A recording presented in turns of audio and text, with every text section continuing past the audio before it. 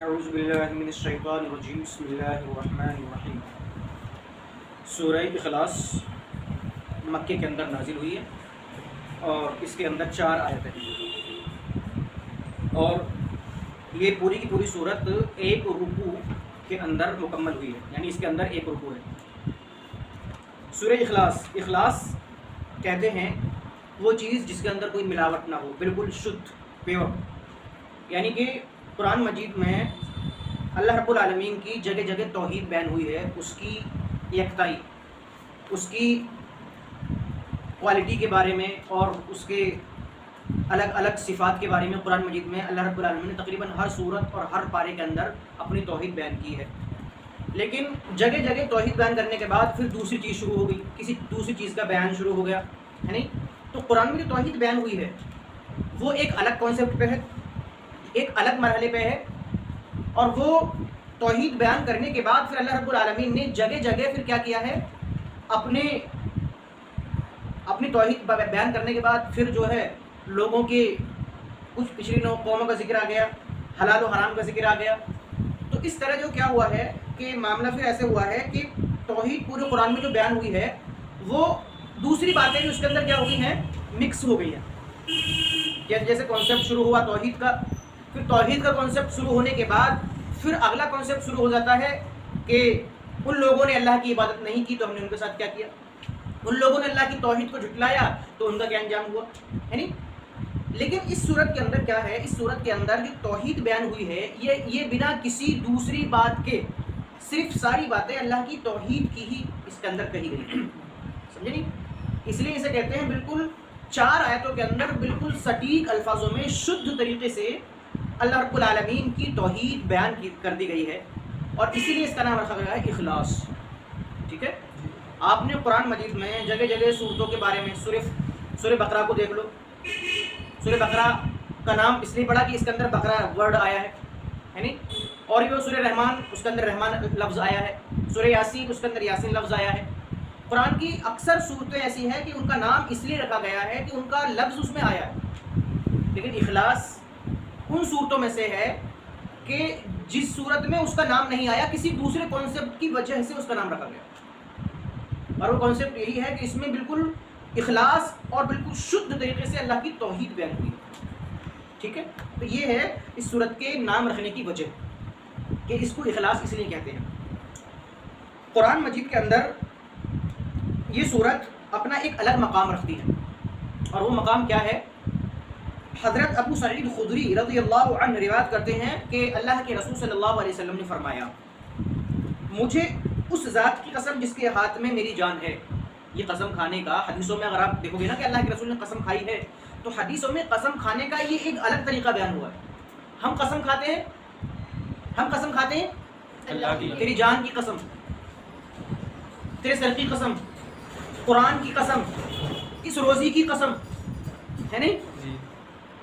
یعنی ہم قسم کھاتے ہیں ان چیزوں کی جو پیدا کی گئی ہیں، ٹھیک ہے نہیں؟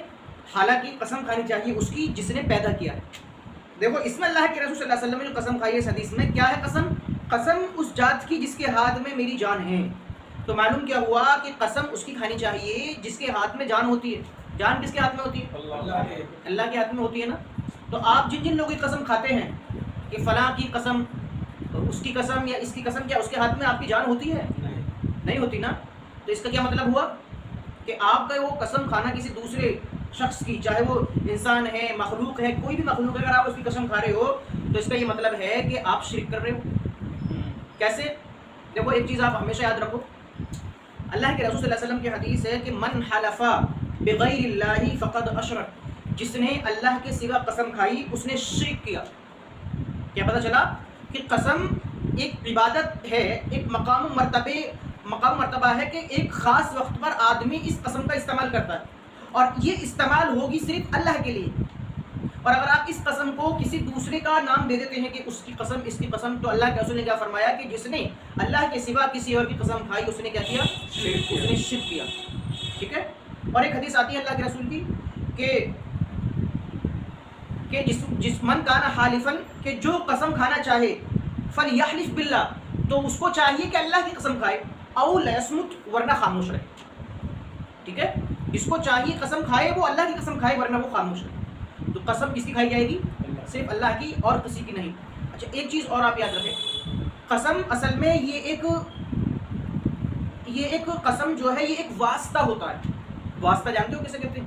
واسطہ, کہ میں آپ کو اس کا واسطہ دے رہا ہوں, اب آپ کو میری بات ماننی ہی پڑے گی. یعنی آپ کسی سے بات کر رہے ہیں اور بات اس مرحلے پر اور اس انتہا پر آ چکی ہے کہ اب آپ کی بات کا یقین نہیں کیا جا رہا. اب آپ کسی ایسے شخص کا واسطہ دو گے, ایسی ذات کا واسطہ دو گے کہ اس ذات کو جو ہے واسطہ دے کر میں اور تم اس کے بالکل نیچے آ جائیں گے. اب اگر وہ واسطہ دیا جائے گا نا, اب سمجھ لو کہ اب سامنے والا جس کو واسطہ دیا جا رہا ہے, جس کے سامنے قسم کھائی جا رہی ہے, اور جو واسطہ دے رہا ہے, اب دونوں ہی اس کے سامنے بالکل پست ہیں, محتاج ہیں. کہ اب اس کا واسطہ دیا گیا نا, اب سمجھو کہ اب کوئی بات نہیں, اب سچا ہے آدمی. اب جب اس اللہ کا واسطہ قسم کھا کے اب آ گیا باتوں میں, اس کا مطلب یہ ہے کہ اب قسم جو ہے مان لی جائے گی, اب اس کا اعتبار کر لیا جائے گا چاہے وہ جھوٹ ہی بول رہا سر. ٹھیک ہے, کیونکہ آپ نے اس کے جھوٹ پر یقین کر لیا. کس وجہ سے؟ اللہ کی قسم کی وجہ سے. تو آپ کا ایمان اللہ پر مضبوط ہے, اس لیے آپ کا واسطہ دے کر اللہ کی بات قسم کا واسطہ ہوا تو آپ نے یقین کر لیا. اس کو اگر وہ یہ جانتے ہوئے کہ اللہ کی قسم دے رہا ہوں اور پھر بھی وہ جھوٹ بول رہا ہے, تو پھر وہ ایمان نہیں اس کے اندر, پھر اس نے اللہ کی قدر ہی نہیں کی. تو اس لیے اللہ کے رسول کے حدیث میں آیا ہے کہ جب آدمی قسم کھائے تو اس کی قسم پہ یقین کر لو. ٹھیک ہے نہیں, کیونکہ وہ اب اللہ کا واسطہ دے رہا ہے. اور اگر وہ جھوٹ بول رہا ہے تو اس کے اعمال اس کے ساتھ ہے. اگر آپ کو اللہ کا واسطہ آ گیا بات کے اندر قسم, تو پھر آپ کا ایمان ہی بن جاتا ہے کہ اب آپ وہ سامنے والا جھوٹ بول رہا ہے یا سچ بول رہا ہے, آپ اس کی بات کو یقین کر لو. یہ ایمان ہونا چاہیے. ٹھیک ہے. اچھا, تو یہ بات کے بالکل آخر میں کھائی جاتی ہے کہ جب یقین نہ ہو رہا ہو. اچھا, اب آپ کی بات کا یقین نہیں کر رہا ہے کوئی, تو آپ کس کا واسطہ دو گے؟ ایسی ہستی کا نا کہ سب اس پہ یقین کرتے ہو. تو ایسی ہستی نہ تو کسی کا سر ہو سکتا ہے, نہ کسی رزق ہو سکتی ہے. تو ایسی ہستی تو وہی ہے کہ جو سب سے اونچی ہے اور جس نے سب کو پیدا کیا, اور وہ ہستی کیا ہے؟ صرف اللہ کی ہستی. تو قسم صرف اللہ کی کھانی چاہیے اور کسی کی نہیں.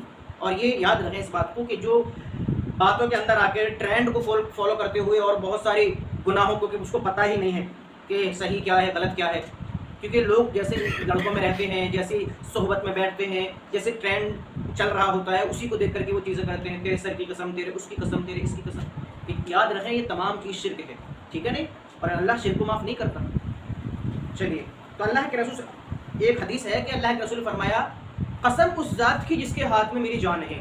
یہ قسم کھائی, اور پھر آگے فرمایا اللہ کے رسول نے کہ یہ سورت, کون سی سورت؟ سورہ اخلاص. یہ سورت تہائی قرآن کے برابر ہے. یعنی یہ سورت ایک تہائی کتنا ہوتا ہے؟ 1/3, یعنی 33% قرآن کے برابر ہے. کون سی سورت؟ سورہ اخلاص. آپ اس کا سمجھو کیوں ہے یہ. بھائی قرآن کے 3 حصے کر لو, 3 حصے کر لو, 33%, 33% اور 33%. باقی کے جو 67% ہے وہ ایک الگ رکھ لو, اور باقی کا جو بچا ہے 33% اس پر اکیلی کون سی صورت ہے؟ کیوں ہے؟ اس کا کیا مطلب ہے؟ لو, قرآن میں 3 چیزیں بیان ہوئی ہیں. قرآن کو اگر آپ دیکھو گے نا, اس کا نچوڑ نکالو گے, تو قرآن کے اندر تین ٹاپک پر بات ہوئی ہے. پہلا ٹاپک ہے اللہ رب العالمین کی توحید. ٹھیک. دوسرا ٹاپک ہے نبیوں کے قصے پہلی قوموں کے. ٹھیک ہے, عبرت کے لیے پہلی قوموں کے نبیوں کے قصے. دوسرا ٹاپک. تیسرا ٹاپک ہے حلال اور حرام کے بارے میں, یعنی کسی چیز کا حکم دیا گیا ہے اور کس سے منع کیا گیا ہے. ٹھیک ہے, یہ 3 ٹاپک پر قرآن میں بات ہوئی ہے. تو ان تینوں ٹاپک کو کیا کر لو آپ, 33% بات ہوئی ہے توحید کے بارے میں, 33% بات ہوئی ہے حلال و حرام کے بارے میں, اور 33% بات ہوئی ہے پچھلے قوموں کے بارے میں. ٹھیک ہے. اب پچھلے قوموں کے بارے میں اور حلال و حرام کے بارے کو اس کو چھوڑ کر بچتا کیا ہے؟ توحید. تو قرآن میں جو 33% توحید بیان ہوئی ہے وہ 33% کے برابر اکیلی یہ صورت ہے سورہ اخلاص. کیونکہ جس صفائی سے, جس شدھتا سے, جس پیورٹی سے توحید اس میں بیان ہوئی ہے, 33% قرآن میں توحید بیان ہوئی ہے, وہ اکیلی کے برابر ہے یہ صورت. ٹھیک ہے نا. اس لیے اللہ کے رسول نے کہا کہ یہ قرآن ایک تہائی قرآن ہے. ٹھیک ہے. تو اس صورت کی فضیلت ہے یہ. ایک حدیث کے اندر آتا ہے جس کے راوی حضرت ابی ابی بن کعب رضی اللہ عنہ ہیں. وہ کہتے ہیں کہ مشرکوں نے اللہ کے رسول صلی اللہ علیہ وسلم سے پوچھا. ٹھیک ہے, کیا پوچھا؟ کہ اے محمد صلی اللہ علیہ وسلم, تم اپنے رب کا ہم سے نسب بیان کرو. نسب مطلب یعنی اپنے رب کا جو ہے خاندان بیان کرو, نسب, کہ تمہارا رب کس نسب کا ہے. ٹھیک ہے نہیں. جیسے ہوتا تھا نا کہ جو بت ہوتے تھے، ایک بت کا نام یہ ہوتا تھا، پھر اس کا وہ کہاں پیدا ہوا وہ یہ ہوتا تھا، اس کے والد کہاں ہیں یہ ہوتے تھے، تو وہ اس طرح نسب بیان کرتے تھے اور ان نسبوں پر فخر کیا کرتے تھے خاندانوں پر، کہ ہمارے بت کا، ہمارے دیوتا کا نسب فلاں ایسے ہے، اتنا بڑا ہے، یہ فلاں. آج بھی غرور تکبر ہوتے ہیں. تو یہی بات لوگوں نے اللہ کے رسول سے پوچھی کہ اے محمد صلی اللہ علیہ وسلم، تم جس خدا کی عبادت کرتے ہو اس خدا کا نسب اور خاندان تو ہم سے بتاؤ کہ وہ کون ہے، اس کے بارے میں کچھ بتاؤ، اس کا نسب حسب. تو اللہ کے رسول صلی اللہ علیہ وسلم نے لوگوں کے سامنے یہ سورت پڑھ کے سنائی. کیا سورت تھی؟ اب وہ سورت قل هو واللہ احد. اے نبی آپ کہہ دو ان لوگوں سے کہ اللہ کا نسب جاننا چاہتے ہو تو اللہ کا نسب یہ ہے کہ اللہ ایک ہے، اللہ یکتا ہے. احد اور واحد دو ورڈ ہوتے ہیں، یہ ایک تو ہوتا ہے احد، ایک ہوتا ہے واحد. ان دونوں میں بہت فرق ہوتا ہے. جیسا کہ آپ کہہ دو واحد، واحد کا مطلب ہوتا ہے ایک، اور احد کا مطلب ہوتا ہے بالکل اکیلا. ایک اور اکیلے میں بہت فرق ہوتا ہے. مثال کے طور پر میں آپ سے کہوں کہ یہ جو موبائل ہے یہ یہاں پر ایک ہے، یہاں پر ایک ہے، لیکن یہ اکیلا نہیں ہے، اور بھی ہے، لیکن یہاں پر ایک ہے. اور اکیلا جو ہے، اکیلے کا مطلب ہوتا ہے کہ جو اکیلا ہے اور یہ اور کہیں نہ ہو. تو قرآن اس لیے اس صورت میں اللہ کو واحد نہیں کہا گیا، اللہ کہا گیا ہے احد. اے نبی آپ کہہ دو کہ اللہ احد ہے، اللہ اکیلا ہے. اللہ الصمد، اور کیا کہا گیا؟ اللہ بے نیاز ہے. بے نیاز، کسی کو کسی کے سہارے کی ضرورت نہیں، کسی کا محتاج نہیں، کسی کے ہیلپ اور مدد کی ضرورت نہیں. یعنی بھلا اگر کسی کو کسی کے سہارے کی ضرورت ہو، کسی کو کسی کے ہیلپ کی ضرورت ہو، تو بھلا خدا گاڈ کیسے ہو سکتا ہے؟ تو گاڈ تو وہی ہوگا کہ جس کو کسی کے سہارے کی ضرورت نہ ہو اور جو یہ خود کہہ سکے کہ میں سب کو سہارا دیتا ہوں، مجھے کسی کے سہارے کی ضرورت نہیں. ٹھیک ہے نہیں؟ تو اس کا اللہ الصمد، اللہ کا نسب وہ ہے کہ وہ بے نیاز ہے، اس کو کسی کے سہارے یا ہیلپ کی ضرورت نہیں. لم یلد، نہ اس کی کوئی اولاد ہے. لم یلد، نہ اس کی کوئی اولاد نہیں ہے. سمجھ رہے آپ نہیں؟ آپ دنیا میں جتنے بھی، اچھا ایک اگلی اور اگلا جملہ اور سن لو، ولم یولد، اور نہ وہ کسی کی اولاد ہے. ان ایک آیت ہے، ایک آیت کے کیا مطلب ہے؟ نہ وہ کسی کی اولاد، نہ اس کی کوئی اولاد ہے. اس کا یہ مطلب ہے کہ اس نے کسی کو پیدا نہیں کیا. خالق تو ہے وہ، والد نہیں ہے. سمجھ رہے ہو آپ؟ جی. وہ اس نے کسی کو جنا نہیں ہے. ولم یولد، اور نہ کسی نے اس کو جنا ہے. مطلب یہ ہوا کہ نہ وہ کسی کا والد ہے، نہ کوئی اس کا والد ہے. سمجھ میں آگی بات نہیں؟ اب جو لوگ یہ کہتے ہیں کہ فرشتے اللہ کی بیٹیاں ہیں، تو بیٹیاں کب بنتی ہیں؟ جب بیوی ہو. ٹھیک ہے؟ تو اس کا یہ مطلب ہے کہ وہ اللہ کی بیٹیاں کہنے کے بعد فرشتوں کو یہ بھی کہہ رہے ہیں کہ اللہ اس کا باپ ہے، ان کا باپ ہے. نعوذ باللہ. جو لوگ یہ کہتے ہیں کہ عیسیٰ مسیح اللہ کے بیٹے ہیں، سن آف گاڈ، تو اس کا یہ مطلب ہے اللہ نے تو صاف صاف یہ کہہ دیا کہ اللہ کسی کا والد ہی نہیں ہے. تو جب اللہ والد نہیں ہے تو عیسیٰ علیہ السلام بیٹے کیسے ہو سکتے ہیں؟ ٹھیک ہے؟ اور بیٹے ہونے کے لیے پھر بیوی کا ہونا بھی ضروری ہوتا ہے، کیونکہ بغیر بیوی کے بیٹے نہیں ہو سکتے. تو نعوذ باللہ اس بات میں وہ یہ بھی کہتے ہیں کہ اللہ کی بیوی بھی. حالانکہ اللہ تعالیٰ کہتا ہے کہ میں انسانوں کی تمام چیزوں سے پاک ہوں. جو انسانوں کے اندر ضرورت کی چیزیں ہوتی ہیں نا، جیسے ضرورت کے لیے اس کو سانس لینا ہوتا ہے، ضرورت کے لیے کھانے کی ضرورت ہوتی ہے، اس کو سہارے کی ضرورت ہوتی ہے، بیوی کو شوہر کی، شوہر کو بیوی کی ضرورت ہوتی ہے، ایسے انسانوں کو ضرورت ہے، مجھے ضرورت نہیں ہے. ٹھیک ہے؟ تو جب مجھے ضرورت نہیں ہے تو نہ تو میں کسی کا باپ ہو سکتا ہوں، نہ مجھے کوئی پیدا کر سکتا ہے. ولم یولد، اور نہ کسی نے اس کو پیدا کیا ہے. اب آپ دیکھ لیں دنیا کے اندر جتنے بھی خدا بنائے گئے ہیں، یہ خدا کی پیور تعریف ہے. اس لیے اخلاص نام ہے اس کا. خدا کی پیور اور بالکل شدھ نسب بیان کیا جا رہا ہے اس صورت کے اندر. اب آپ دنیا میں جتنے بھی گاڈ ہیں، جتنے بھی خدا ہیں، ان سب کو اٹھا کر دیکھ لو، ان کا اتہاس، ان کا بایو ڈاٹا، ان کے بارے میں پورا پڑھ کے دیکھ لو، ویکیپیڈیا کر کے دیکھ لو. وہ کہیں پیدا ہوئے ہوں گے، ان کے کوئی ماں باپ ہوں گے، ان کی بیوی بھی ہوگی. جب ان کے ماں باپ تھے، جب ان کی بیوی تھی، اس کا یہ مطلب ہے کہ ان کو کسی کے سہارے کی ضرورت تھی. جب وہ بچپنے میں تھے تو ماں باپ نے ان کو پالا. تو جب ان کو کسی سہارے کی ضرورت تھی تو اس کا مطلب یہ ہے کہ جس کو سہارے کی ضرورت ہوتی ہے وہ سہارا دینے والا نہیں ہو سکتا. ٹھیک ہے جی؟ تو پیور کیا ہے؟ اللہ تعالیٰ نے کہا کہ اللہ نے کسی کو پیدا نہیں کیا، یعنی اللہ کوئی کسی کا والد نہیں ہے، اور نہ اس کا کوئی والد ہے، نہ اس کو کسی نے پیدا کیا ہے. آخری آیت دیکھو، وَلَمْ يَكُنْ لَهُ كُفُوًا أَحَدٌ، اور اس کا ہمسر کوئی نہیں ہے، اس کا ساتھی، اس کا شریک، سمجھ رہے آپ نہیں؟ اس کا پارٹنر کوئی نہیں ہے. جیسے کہ آپ مان لیجئے کہ آپ کوئی کام کر رہے ہیں اور کام کو کرنے کے لیے آپ کو کسی پارٹنر کی ضرورت ہوتی ہے.